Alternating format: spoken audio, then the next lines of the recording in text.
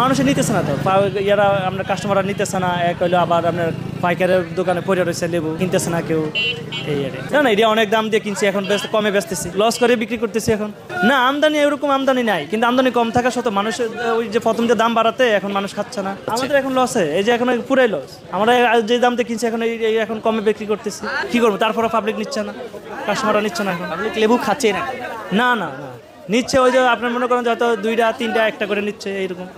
ব্যবসা ভালো কিন্তু আলহামদুলিল্লাহ, তারপরও রয়েছে পড়ে রয়েছে, যাই বেশি এটাই আলহামদুলিল্লাহ আল্লাহর কাছে, এছাড়া আর কোনো কিছু না। এখন লেবুর দাম কমছে, স্বাভাবিক দাম আছে। ডজন বেশি 80 টাকা, 100 টাকা, 90 টাকা, 110 টাকা, 120 টাকা, 130 টাকা। প্রথম রমজানের দিন লেবু ডজন ছিল 280 থেকে 200 টাকা, আলিয়া 100 টাকা, 80 টাকা, 70 টাকা, 60 টাকা ছিল প্রথম রমজানের আগের দিন, রমজানের দ্বিতীয় রমজানের আগের দিন। এখন তো লেবুর দাম কমছে আছে। থাক, আমরা তো চেষ্টা করি কম দামে কিনতে। এই যে এখন কিনছে 5 টাকা পিস, বেশি হলো ডজন 60 টাকা, 70 টাকা, 80 টাকা। আবার একটা আছে 6 টাকা পিস কিনা, এটা হলো 72 টাকা ডজন কিনা, এটা বেশি 90 টাকা ডজন, 100 টাকা ডজন। লোকজন কমায় যায় না বলতে কি, ওই লোক লেবুর সিজন না এখন বর্তমান, যেটা এটা লেবুর সিজন না এখন। আমরা তো বলি কি লেবুর দাম বেশি কেন, বেশি কেন, গাছে না ধরলে আমরা কিনতে পামো কই।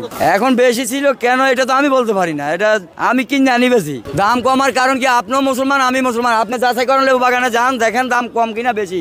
এখন আমি এখানে এই যে আইসি 11টা বাজে, আমি হয়তো বেড়াও কিনে 8 টাকা, আমি হয়তো কিনে এনেছি 6 টাকা।